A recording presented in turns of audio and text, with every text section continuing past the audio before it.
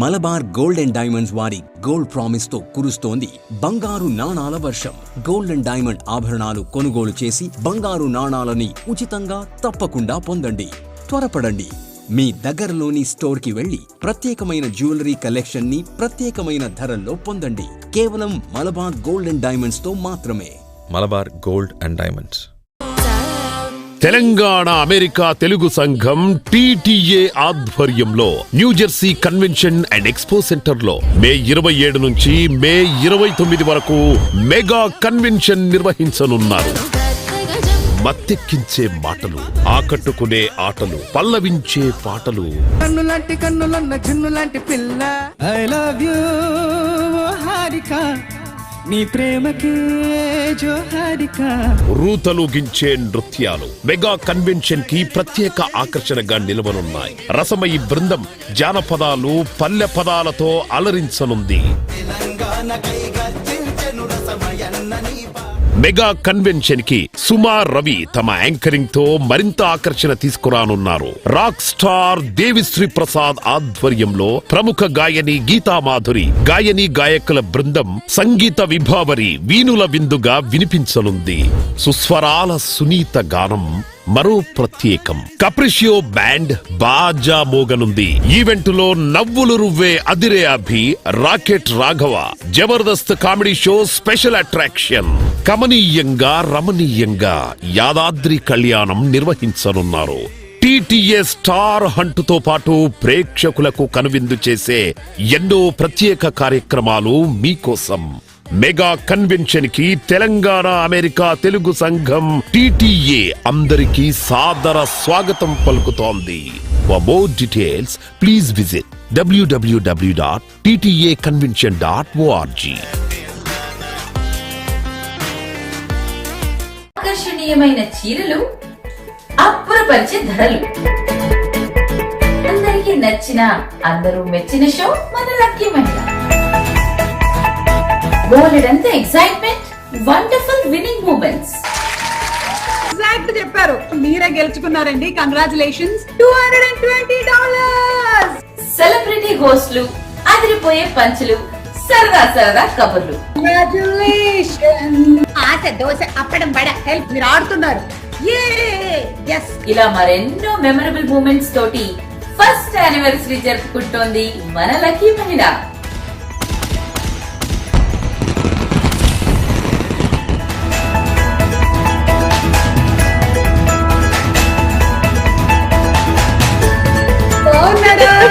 Watch it live only on TV Asia Telugu.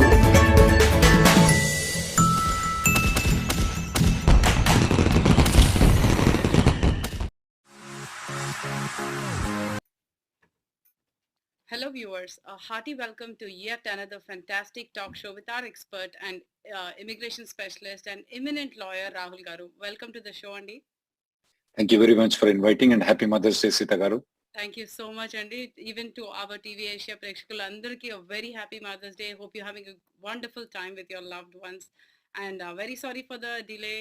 There was a slight technical glitch and we could not get into it. But thank you. And let's start the show, Rahul Garu. So just wanted to get into let's get into the main topic for today, Andy. There is a 540 days of extension rule for EAD. Who is it applicable to? Is it really a good news that we should consider? It's definitely, for a temporary reasons, it's a good news, especially for our audiences. Mainly two people will be benefited from this. One is the people who have filed for the EAD extension under the adjustment of status. That means that if they filed the 485 application, they already got the EAD and the EAD is expiring and they file an extension before the EAD expires. Previously, the rule was saying that they can work for a period of 180 days though. Now, what's going on with the USCIS, Sitagaru, is that they are not approving it within the time period though. Back before Trump came in, we used to get adjudication done in 3 months, these EADs. Now, things were getting more delayed. After Biden administration came in, things did not get approved. Sometimes it's taking almost like 365 days to get the EAD or even 400 days to get the EAD extension. You can only file an EAD extension within 180 days. So practically what happens, Nitya Garu, is that after the EAD expires and you file the extension after 180 days, you can't work now. You can't work, you may lose a job. So Sitagar, what they did is that they extended it from 180 days to 540 days, which definitely for a temporary reason, it's a good news. Also, this is a good news for the people who are on H4 EAD though. But there is a catch point, Sitagar, that your I-94, that means your H4 must have been extended though. So for example, I'll tell you a simple example. If your H4 and EAD is expiring in June of 2022, and you filed a H4 plus EAD extension, and if H4 and EAD are still, extension are still pending, you cannot use the 540 days.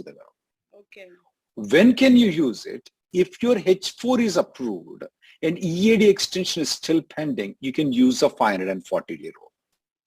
For that, there are two techniques that you can do. When the H1, normally you can do H1 and premium processing, and H4 doesn't get approved, people can go to Mexico. It's called automatic revalidation. They can come back. When you come back, you can show your spouse's H1B approval, get a H4 I-94 until your spouse H1B is approved. So if your spouse H1B extension is approved until 2025 June, when you go to Mexico and you come back, you will get an I-94 until 2025 June. Now it's an automatic revalidation. You don't need to have a stamping to come back into the United States if you go to Mexico and Canada, which most of our audiences already know. If not, they can go to our previous things and watch it though. That's one way, this 540 day. The other way is that, as you know, Sita Garu, that we have a Dropbox eligibility right now for almost all the people. So they can go to India, get the H4 stamping. If the EAD is extension is pending, they can still work for 540-day rule. This is definitely a good news temporarily. Now, why would I say it's a good news, Sita Garu, temporary? Is that the USCIS published a notification recently saying that they want to cut down the processing time to 3 months in the EAD. They want to cut down the 485 times into 6 months. Why do we need all these things? If they want to cut down the processing time to 3 months of EAD, we didn't need the 540-day rule. So what they're telling is that they are the lazy buggers, that they don't want to adjudicate the applications faster. That's the only indication I can get by extending this 540-day rule. They should have approved these EAD approvals within 3 months. They didn't have to have this rule. Yeah. But for at least for temporarily, it's good news. But I don't know in the long run, if we don't put our efforts, they're going to keep on delaying our 485s. Yes, and the applications could keep piling up. Right, you're right, absolutely right. That's bad. So we have a lot of callers, Andy, for all your great advices here. So let's take the first caller in. Mm-hmm. Yep, this is the caller ending where this is caller Darshan Sarvanan. Please press stars. I don't know, you might have joined through mute, through Zoom. Please unmute yourself and go ahead with your question. I think so. His audio is having some technical. Maybe we should go to the next one. Can we get the next caller in? In the meantime, Rahul Garu, probably we can take a YouTube question before we have the next caller here. So this question is from Ravi. His question is about downgrade of EB2 to EB3 in October 2020. Priority date is December 2012. Interfiled EB3 to EB2 in February 2022. Got GC in March 2022 in EB2. This week I received a supplement J receipt stating your case is being reviewed. What does this mean? You can ignore that. They have not reopened your 485 application. If your 485 says it's reopened, then it becomes a problem. Since you filed, you interfiled an EB3 to EB2, the receipt notice came a little bit later. I don't see any problem in your green card. You're good. Unless the 485 is reopened, you're all good. Okay, that's good to know. So let's take the caller question here.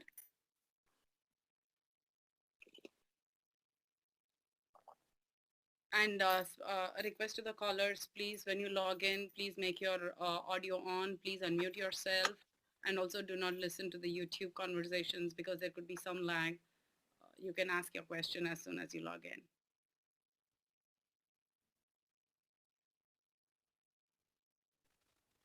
So while you're admitting, I'm looking some of the questions on the YouTube, Andy, that the people are saying that people were saying that Nebraska Service Center is not transferring the applications to National Benefit Center.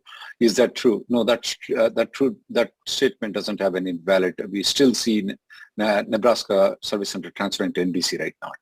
Go ahead with the caller, Andy. Okay, let's take the caller's question. I see Girish Jairam joined. Please go ahead with your question.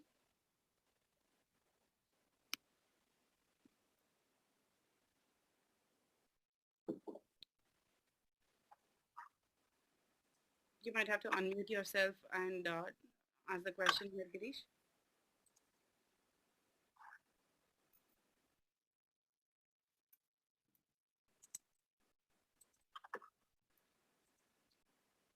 Can you hear us? And you can go ahead with your question. Rahul, in the meantime, let's take the YouTube question. It is from Rao. Mm-hmm. My employer is not willing to interfile my 485 EBT to EB3 because the company name has changed as part of the restructuring through though name has similar suffix like 𝐓𝐕𝐀𝐒𝐿 Inc. to �ABC-RST Inc. Tax ID difference. Mr. Cyrus Mehta says interfiling is ancient. No, that's the next question, Andy. Oh, okay. First one is that if the company name has changed and the tax ID number has changed, the company cannot interfile from EB3 to EB2. If the company wants to interfile, first they have to amend the existing I-140 application. They have to file an amendment. Once the EB2 gets approved, that is when you are supposed to file the EB3 to EB2 conversion. So since the tax ID number has changed, they cannot directly do conversion. Okay. Rahul, it looks like we have some issues and some technical glitch with taking the callers today and day. So probably we'll go ahead with the YouTube questions. Sure. So the next question is on YouTube again. It's from Rao again. His question is, Mr. Cyrus Mehta says interfiling is ancient and transferring of underlying basis is new, and self-application with 485 and I-140 receipts and approved copies is enough. Maybe they're just trying to... I didn't get the question though. Interfiling is nothing new, definitely.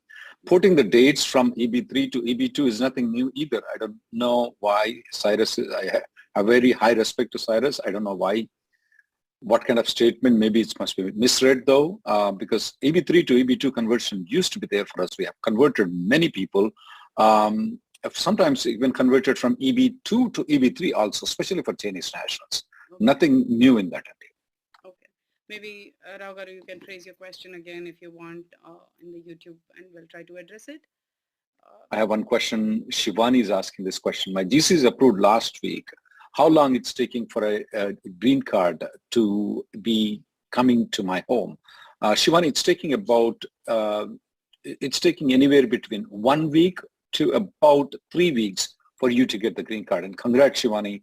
Wish you best of luck in your future endeavors. And please don't forget that you keep writing letters to the congressman to have, just because you got the green card, we still need the 290,000 green cards to be used. Absolutely. And every approach to the congressman and everyone will be very helpful. So Rahul Garu, there is a question here from Rancho.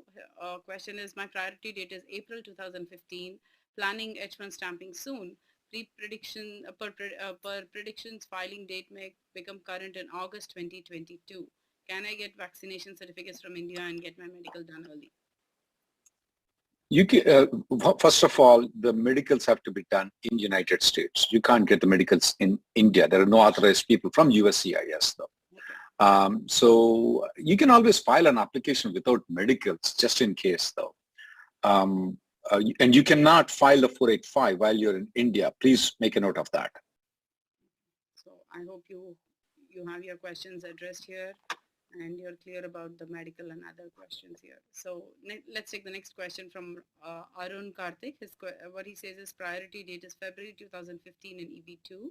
Join back old employer. What's the next steps to be taken? To file the I-140, I-485, EAD, medical simultaneously, or two, if the I-140 was, if you join the old employer who has an I-140 approval, if the company has not withdrawn the I-140, there is no need for you to file an I-140 again. You can still use the same I-140. However, Sita garu, if by any chance the old employer has withdrawn the I-140, at that point of time, they need to file an I-140 along with the I-485 or before. We normally advise, Sita garu, that people should file I-140 first and then file the 485 application afterwards, as long as the priority date permits. The reason, Sita garu, that why I tell this one is, in October of 2020, what we did is that we filed a lot of 485s along with the I-140. That went into black hole, that we call it as Texas Service Center, that we call it as Nebraska Service Center. So the applications that have been filed singly without I-140 mostly ended up in National Benefit Center though. So if you file I-140 plus 485, it will still go to Nebraska or Texas Service Center, and it may take a long time for your 485 to get approved. So I would file an I-140. If you can do premium, that's fine. And then with the receipt notice of the I-140, I will file the 485. If the time permits, Sita garu. Got it. But if the I-140 is already approved, then they can just go ahead. Then they just file it, and it will go to National Benefit Center. Got it. Okay. Thanks, Rahul garu. And here's another question, Andy. So the question is, received a medical RFE from FO and response submitted. And is RFE initial set of review, or has the officer completed case review and waiting for RFE response to complete the case decision? Can you repeat it? I didn't get the question. So there is an received medical RFE from FO, I think the filing officer, and response submitted. Is RFE initial set of review, or has the officer completed case review? So it looks like they want to know if all the other reviews are done and only waiting for the... No, just because medical review is being done doesn't mean all other things have been done though. Okay. We can't tell that all other things have been done. Okay. That's not an evidence for it. Got it. I think that's more of the question looks like. Here's another question. It is an I-140 filed as amendment 2020 approved, filed new I-140 last week. Can we request TUB on the covering letter of I-140 premium processing? My 485 is in Nebraska now, transferred from Texas in 2021. You can file a premium processing right now. Absolutely, you can. The good news that Sita garu, that I can tell you is that previously the USCIS were not accepting premium processing, especially if the labor certification has been approved for more than 6 months, because labor certification is only valid for 180 days though. Okay. So when we file an I-140, when we are filing the second I-140 using the same old labor certification though, USCIS was hesitant in taking the premium processing though. Sometimes, Sita garu, we have filed 15 times. Some of the cases they used to accept, some of the cases they didn't used to accept. But what we noticed in the past 2 weeks, Sita garu, was that they are accepting all premium processings right now, which is good news for him. Since he filed as an amendment previously, we filed an EB2 right now, he should be able to convert into premium processing, which is a good news for him. That's nice. So, Rahul garu, here's another question. This is from Surabhi Verma. Question is, letters to PA. In the Sunday session, you mentioned about deportation and screening of personal data at Chicago airport. Are GC holders subject to all the WhatsApps and email screening and deportation?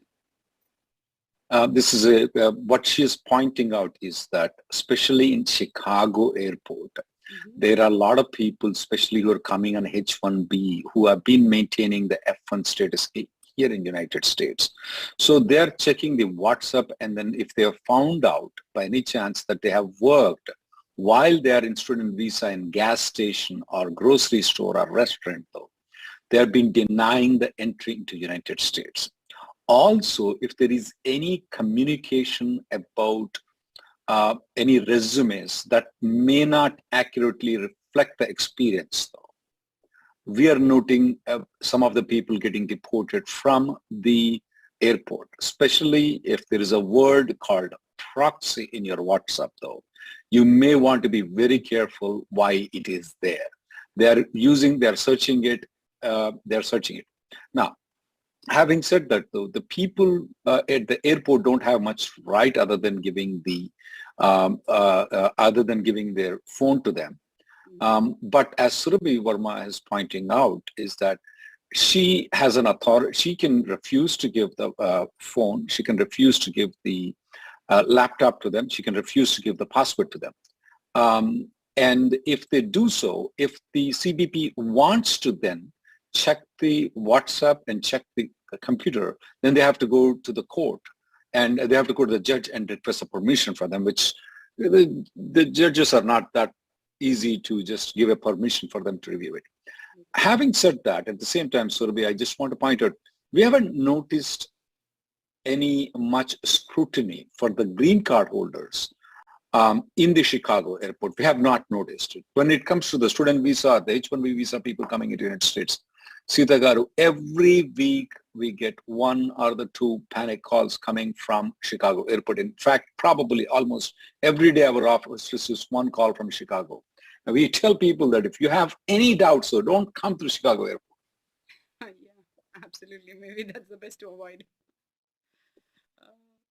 So the next question here is from Sweet Seller. I hope, Surabhi, you have your questions answered here. Thank you for that, Rahul Garu. The next question is from Sweet Seller. If SSN is applied with 485, is there a way to track SSN delivery after getting the green card? There is no way to track it. You can always go to the SSN office, check with them personally. That's the only way to track it. The next question is from Peter.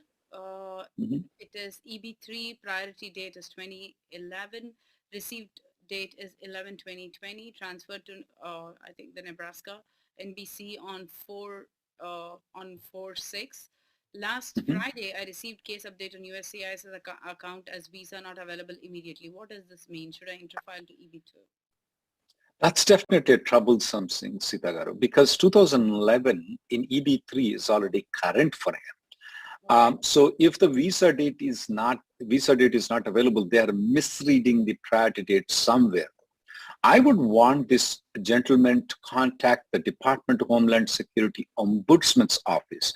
There is a case assistant that these people can fill out the information online, though. They should get a proper response within 50. There's a good chance that they will get a response from them. That's one thing I would suggest them that they should immediately do. If that doesn't work, they can contact the congressman and tell them, look, this USCIS is really a baklava USCIS. My priority date is current. They're telling the visa numbers are not available. This is something wrong. So they should get attention of the congressman or probably the ombudsman. Either of those things will be good. Then the question, should I interfile to EB2? Does that even work? It is something that they can try because he's current in EB3. He's trying to tell, can I interfere in EB2? Yeah, maybe that will get their attention. You can try that one too. But I would contact the congressman or ombudsman and try it as an alternative. I want to read one of the questions from SN. SN is saying that, can I apply 485? Can I move back to India and come back after the 485 is approved or interview scheduled? One thing SN I want to tell to SN is that the reason why you applied the adjustment of status in United States is that you want to say to the USCIS that I am staying in USA, give me the green card. I want the green card permanently to stay in United States. So if you are moving to India for a long period of time, you are indicating that you may not want to have this green card. You may not want to file an adjustment of status. The USCIS may deny your application. If you have a long absence period, if you have a 485 application, you have a long absence period from USA. If anybody is planning to travel to India for more than 3 months stay in outside the United States, they should check with the lawyer before they do anything. Got it. Okay. That's a very good piece of advice, Andy, for people who are trying and who are very indecisive in this state right now. Yeah. So the next question is, probably we'll take the next question from Ragini Gupta, Andy. What she's written is, wrote to the Texas staff, I and my spouse are eligible for Dropbox. My son turned 14, not eligible for Dropbox. How do we split up the application, or can we all go to the consulate appointment? No, you split up the application. If it's not allowed, though, you split up the application. Let the child go to the interview. You guys go to the Dropbox. You all don't have to go for the interview. Okay. And you should not. Got it, Andy. So next question is from CS. Wrote letter to member, have 2 active 485 applications. Priority date is 9/2013. Can I interfile to see if it will remind them to review my case? Any problem with ending up with having 2 applications in EB2 after interfile? If your priority date is 2013 and you already refiled the 485 application on EB2, though, I would recommend not to interfile the EB3 to EB2. The reason is that you will be traveling in EB3 boat. What if next month or 2 months down the line, EB3 moves forward, though? Then what will you do at that point of time? At this point of time, I would advise, though, I mean, these are the things, these are strategic decisions, these are nothing legal. You technically, legally can interfile if you want to, but tactically, I would advise this person to not do interfiling.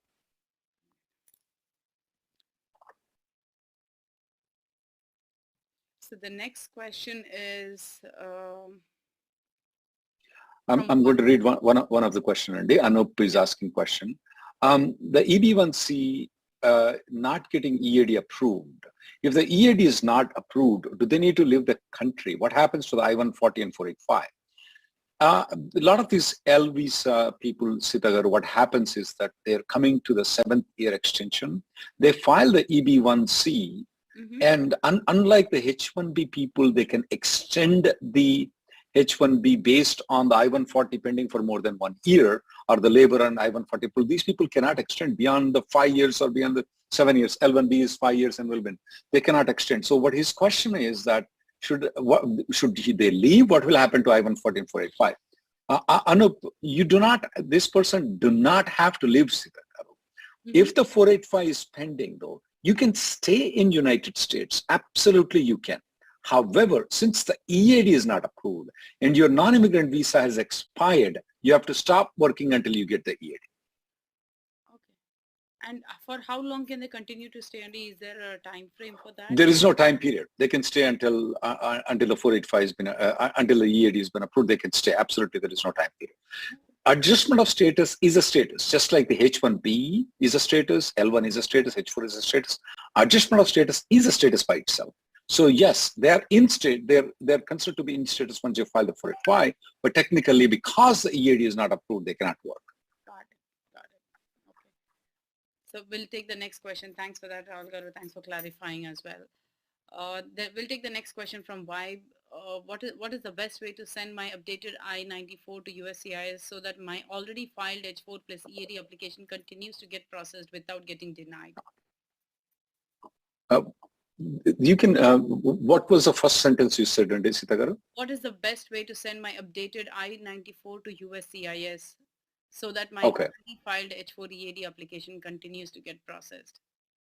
Well, you can do something called interfiling. That's a word that we use. Okay. You interfile and you can send your I-94 to the USCIS so that they will attach to your EAD application, though. Most probably you may not need it for your H-4 because you already got the I-94 extended.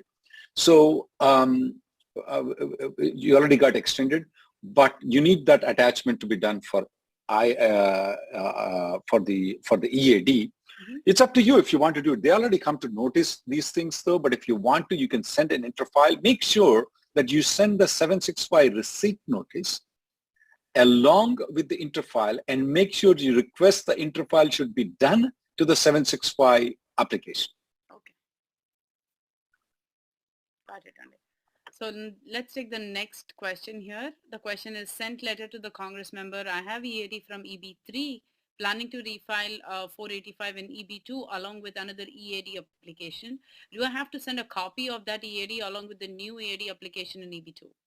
Not needed at all. You don't need to send the 485 receipt notice. You don't have to send the EAD receipt notice along with the 485 EAD that you're filing. You are under no obligation to do so. Got it. Okay. So here's another question from Murli Prasad Andi. Can we file I-485 with current company using previous company I-140? What are the supporting documents needed from the old company?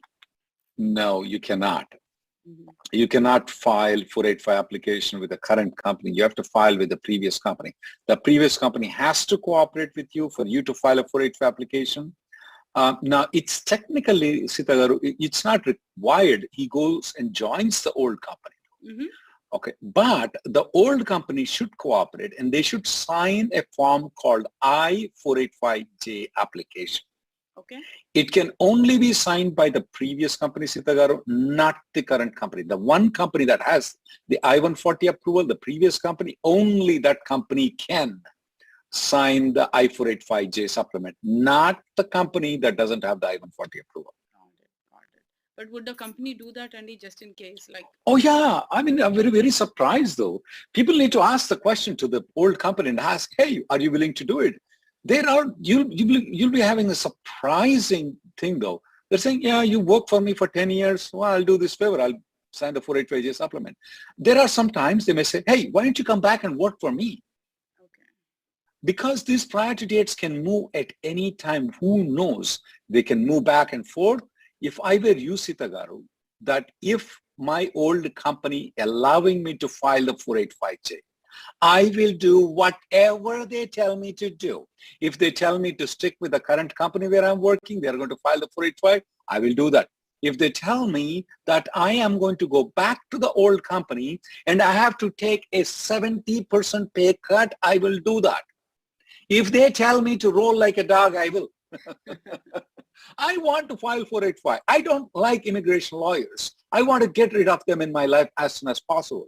And for that, I will do what the old employer tells me as long as they are filing the 485 application. Remember, Sita Garu, this priority date may not stand as it is though.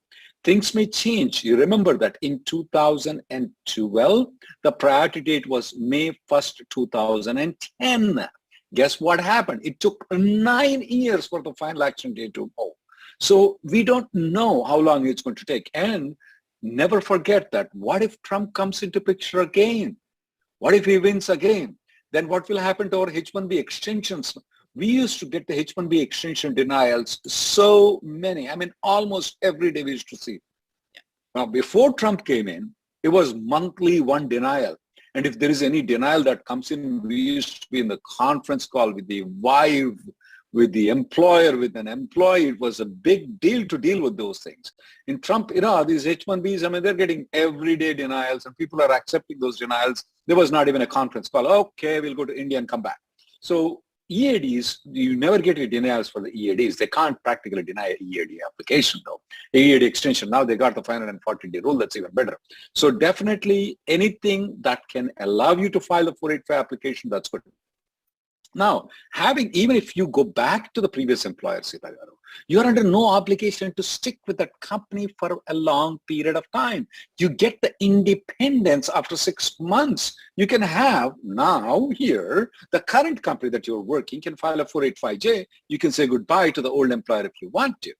So it's absolutely good to approach the old employer and just ask, what's the loss? What can he do? I mean, he can't do anything bad to you. At the most, he can file or not file. Yep, absolutely. So well said, Andy. That's the right thing to do. At least ask and see if it works in your favor. Yeah. Next question is from Chromebook. And if somebody comes to the U.S. walking from Mexico and doesn't have any legal papers, is there any he can get legal status here, like by marrying a citizen or EB-5 visa? No.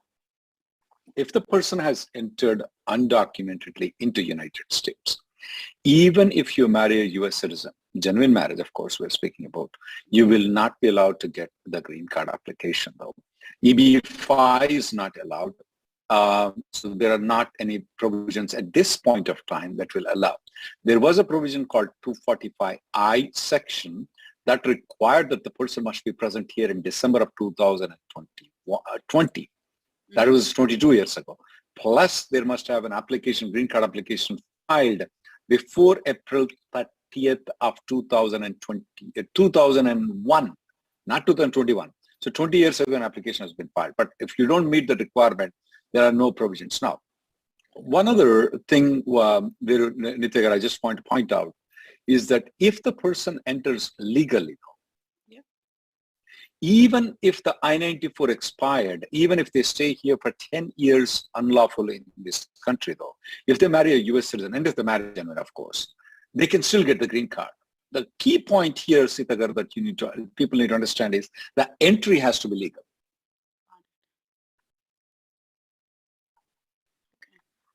I think that's that's some of your questions answered here, Chromebook. The next question. Go ahead, sir. Good. So I thought that I'll take the question from Subhash, but you have a different question. I can switch to it only. No, that's good. Good.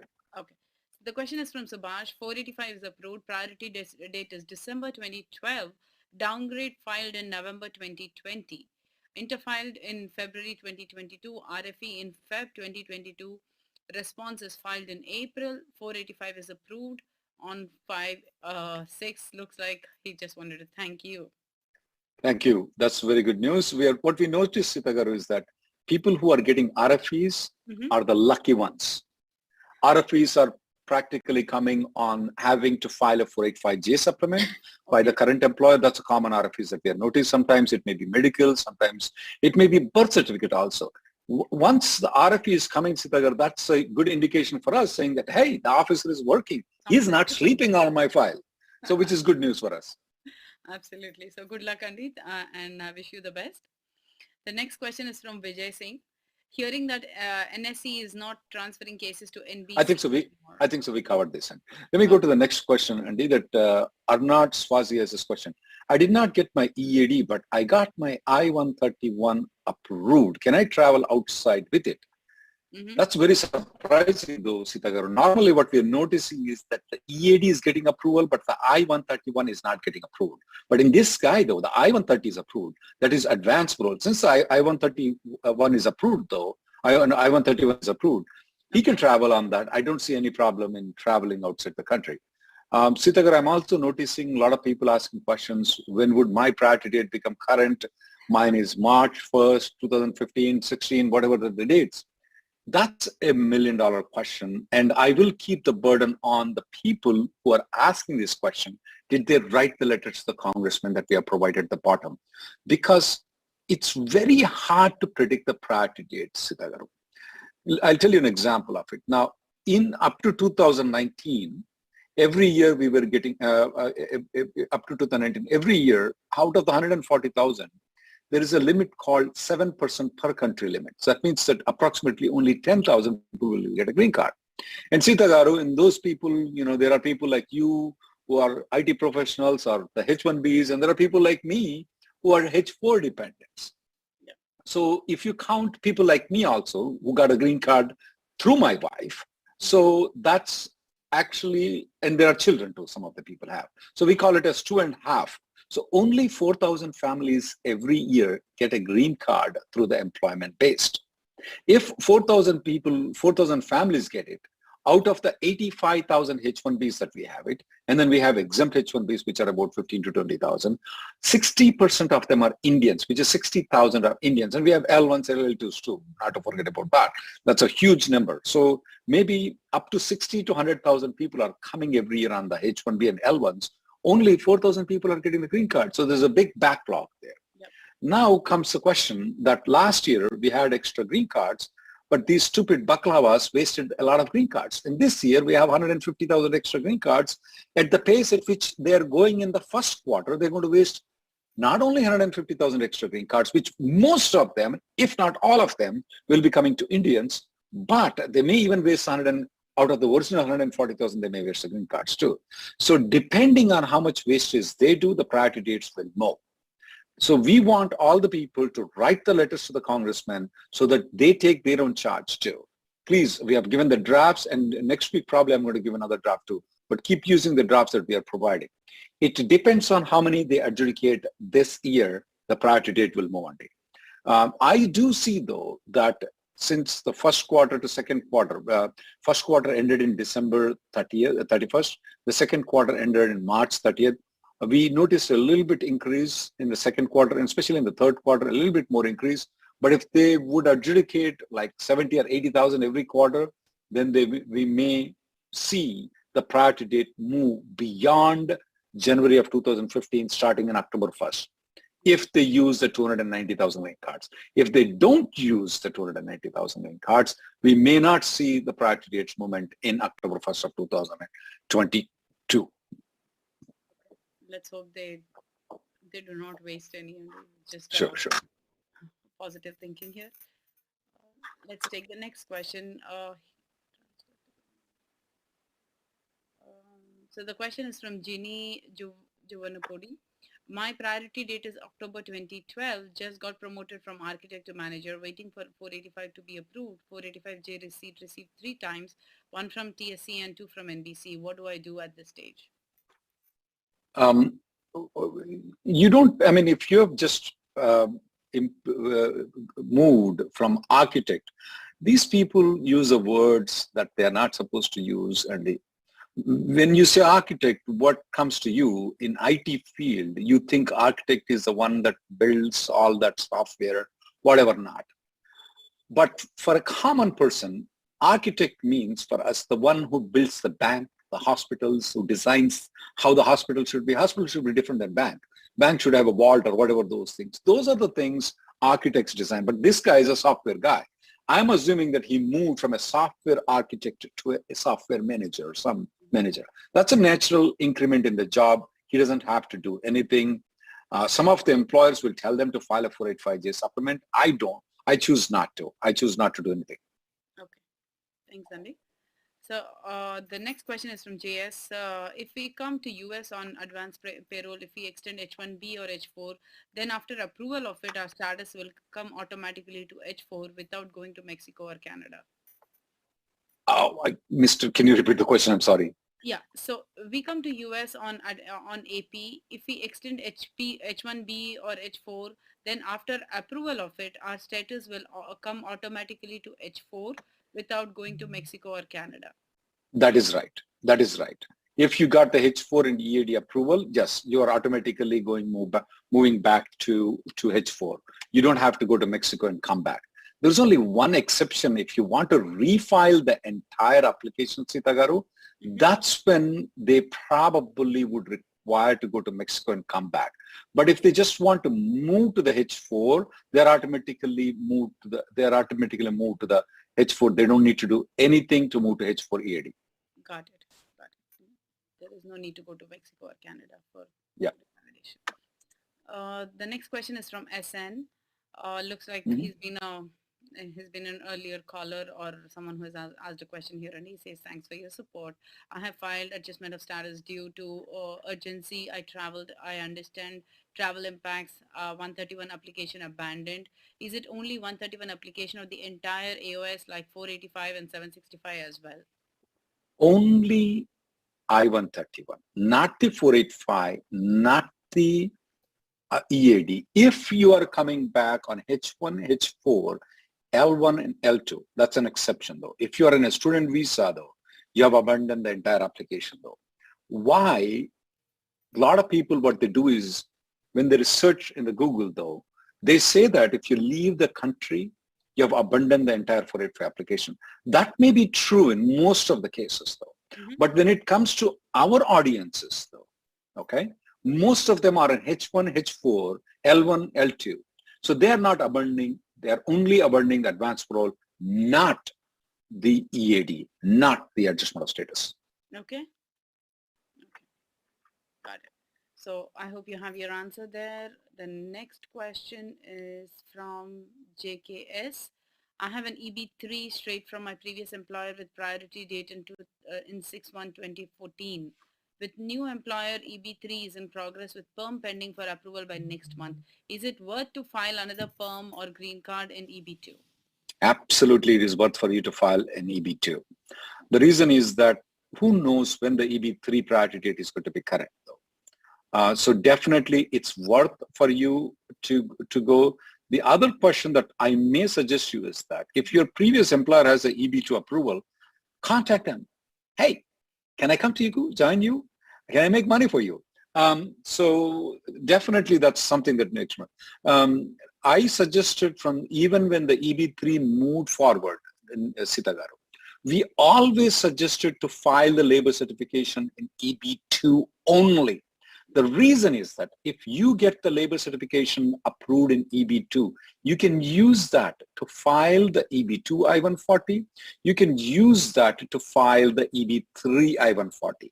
But if you get the labor certification approval in EB-3, the only thing that you can get approval is EB-3, not EB-2. So in his case, since his priority date is 2014, I strongly suggest that they file a labor certification again, and also look into, if they are not willing to, or even if they are willing to, try to go to the previous company. Yeah, I think that is one of it worth giving a shot though. The next question is from the same person. I may have a EB-2 perm approval only by end of year 2023 if I start now. I need to cover some of the costs, about 7,000 from my side, since it is my second petition. Maybe it's just a continuation. Yeah, first of all, any payment of money that is going towards the labor certification application is illegal. Only employer can bear that expenditure. It cannot be bared by the employee. However, though, when it comes to the I-140 and 485 application, the employees can bear the expenditure for the I-140 and 485 application.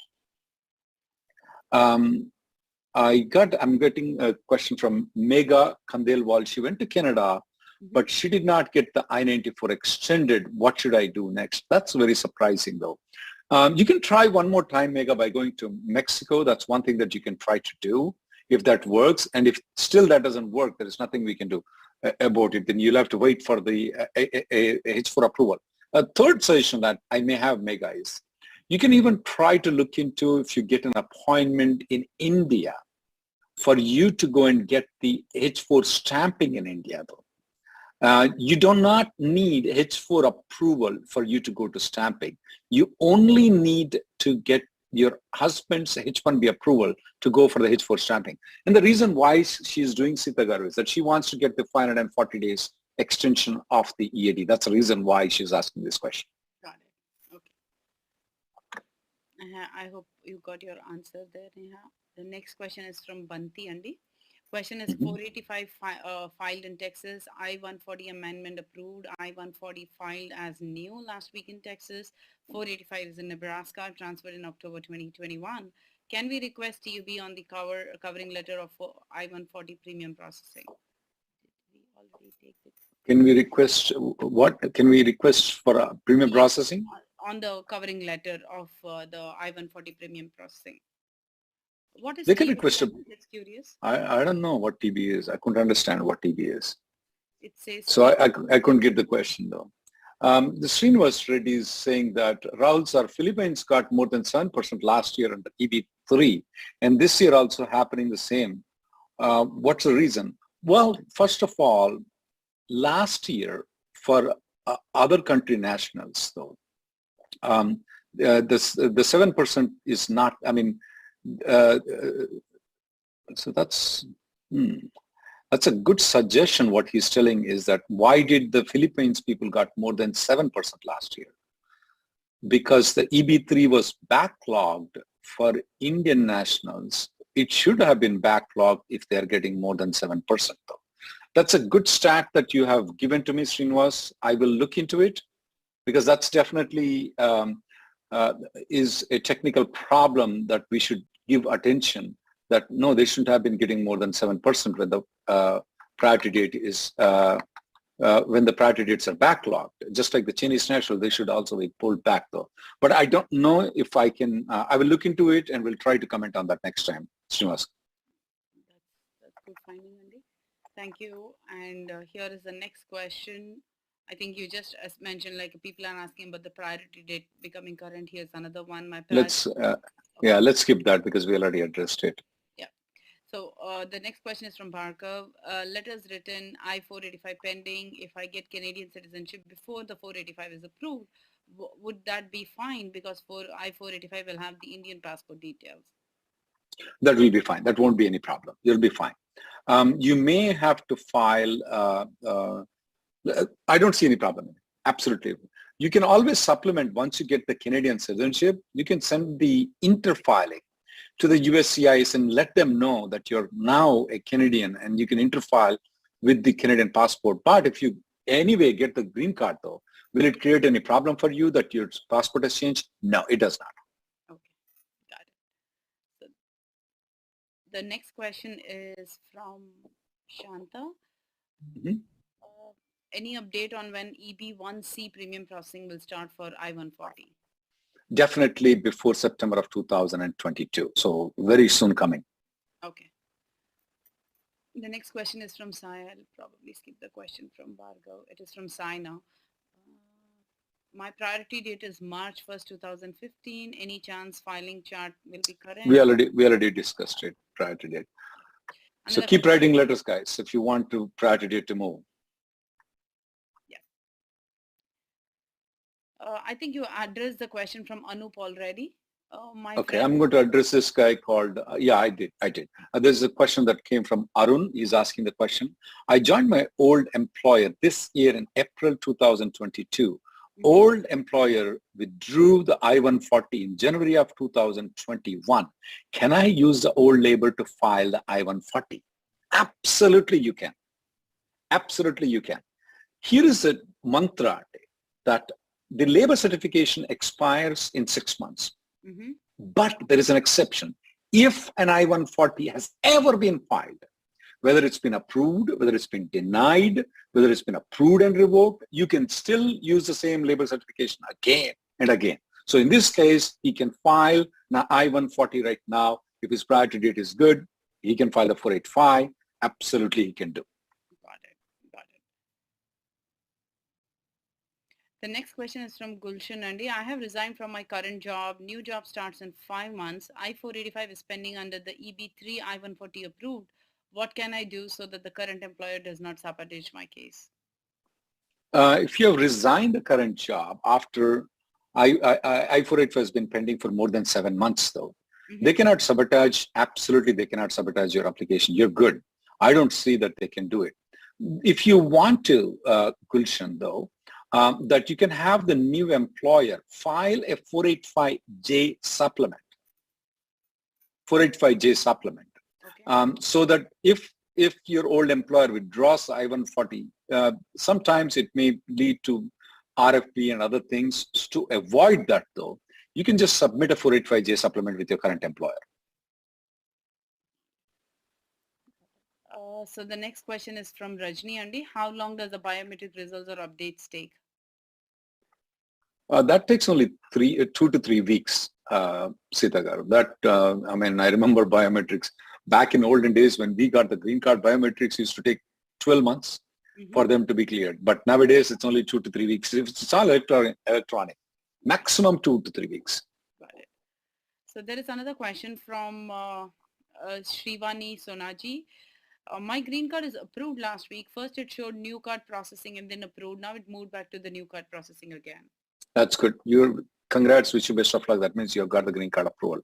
You are greened. So good luck. Then the next and question. Keep writing the letters, even though you don't come to Tvasia anymore. Please, once in a while, every 2-3 months, please come and visit our Tvasia, and please keep writing the letters because you got the green card, because we need the other people like you also get the green card. You have climbed up the ladder. I just want to make sure that the ladder is there and continuously will be there for the rest of the people who wants to climb just like you did. That's very kind words, and yeah, thank you so much. And the next question is from SN. After applying the 485 application, can I move back to India till the 485 approvals? I think so. We addressed it. Yeah. So the next question is from Pakala Prasad. Are the medical submitted in October, November 2020 valid for 2 years or 4 years? They are valid for 2 years for now. Okay. This is another question from Shrivani. I think she's already got her green card just approved. Congratulations for that, Andy. Can I change my employer? That is a question. Good, you can. I mean, there are a lot of rumors, Sitagar, people are telling that you have to wait for 180 days after you get the green card. No! Remember the other guy who filed the 485 application? He changed after 7 months. I said, you can. He needs to file a 485J supplement. Now, in your case, you do not need to file a 485J supplement. You do not need to file anything. You can flip a burger in the McDonald's. You can be a Microsoft CEO. Well, you can't be a lawyer like me because I don't want any competition. Now, that's not the reason. You must have a license to work as a lawyer. That's the only thing. You can't work as a doctor too unless you have a license as a doctor. And one other thing, don't sell marijuana. That business is not for you. For green card holders, it's not there. Thank you, Andy. I think you got your answer, Shrivani Garu. And I have a question. Okay, this is Suman. Suman Garu, sorry, we are unable to take any calls today. There is a technical glitch. So here we are taking all the YouTube questions, Andy. Please shoot your question here if there is any. The next question, Rahul Garu, is from Bhanu Prasad. Downgraded EB2 to EB3, October 2020. Priority date is July 2011. Bio done. EB3 I-140 approved. Medical RFE done. IC online status on May 7, 2022. We ordered your new card for receipt. Number SRC. Is my green card approved? That seems 99.8% of the time, yes. Your green card is approved. Congrats, wish you best of luck and keep coming to our show. Even though you don't need it personally, please make sure that these letters have helped you, and you need to help the other people who are down the ladder, guys. Yeah. And good luck and congratulations. I've never noticed so many people saying that they got the green card as much as, so there seems to be a lot of action going on at the USCIS. And I also noticed a lot of green cards in our office also getting approved last week though. So maybe these letters, these things are helping, and maybe we may be able to use the 290,000 green cards, hopefully so. Fingers crossed. Let's hope the best, Andy. So the next question is from Mukesh. Again, Golagaru, sorry, today the calls are not happening. We are on YouTube. The next question is from Mukesh. Is it okay to visit India for 1.5 months for vacation while green card is still pending? Priority date is March 2012. I don't see any problem if you travel up to 3 months, any problem. I don't see anything. There is one thing what people are a little bit scared of, which I want to answer them. What happens if your green card is approved while you're in India? Can you still come back though? If you have the H1B or H4 stamping, you can still come back. What if you have an advance parole also, you can still use the advance parole. Now, when you come back, when you have the green card approval, when you try to come back an advance parole or H1 or H4, you will not face any problems in coming back except a small hurdle, Sitagaru. They will take you to a small room, make you wait for about 10-15 minutes, and they will clear you off. That's the only small hiccup that you will get it. The third option that you have is if somebody can mail your green card to there, or I would rather, instead of mailing though, make sure that it's personally given to you by somebody who's going to India, have them give the green card to them so that they can hand over to you. Somebody check the mail, and that is also allowed too. Nothing wrong with it.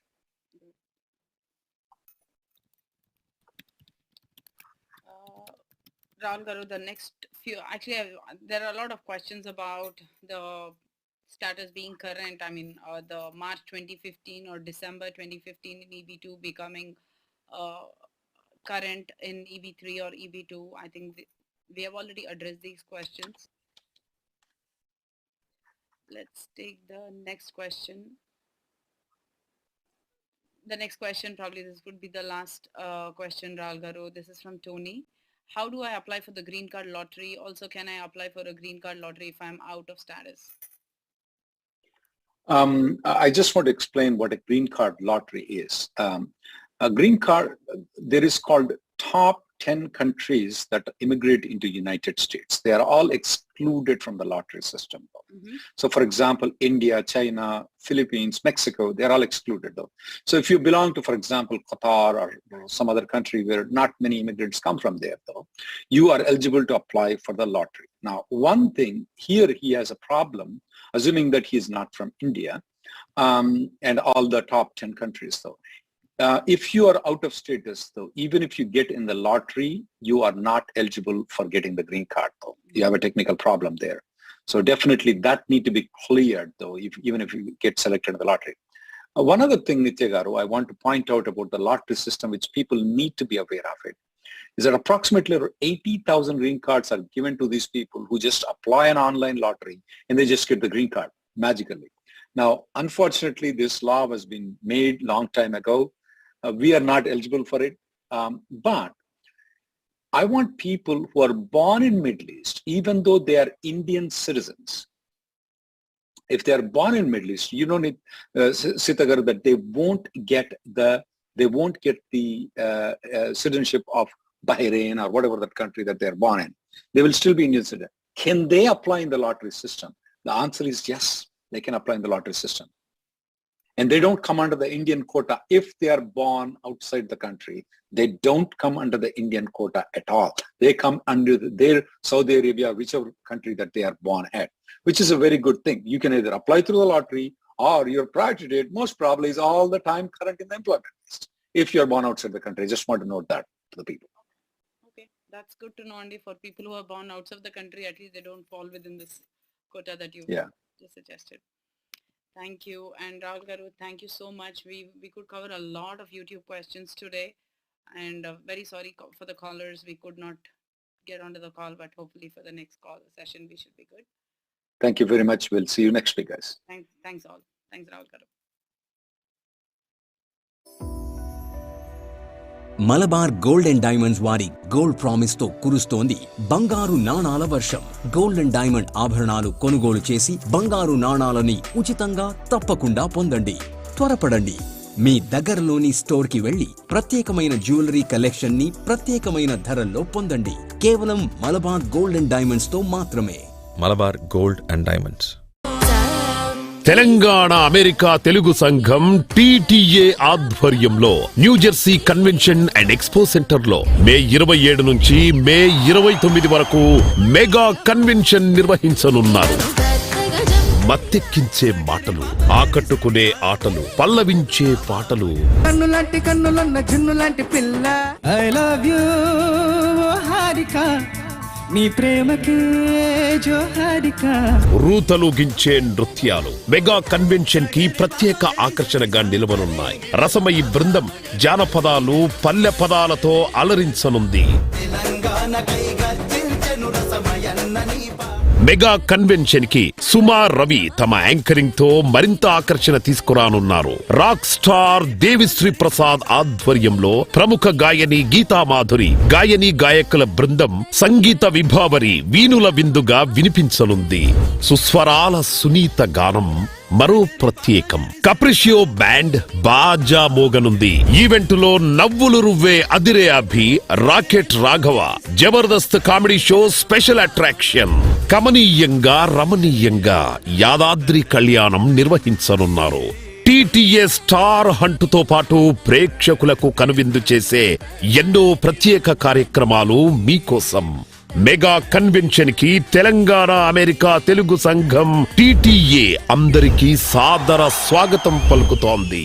For more details, please visit www.ttaconvention.org.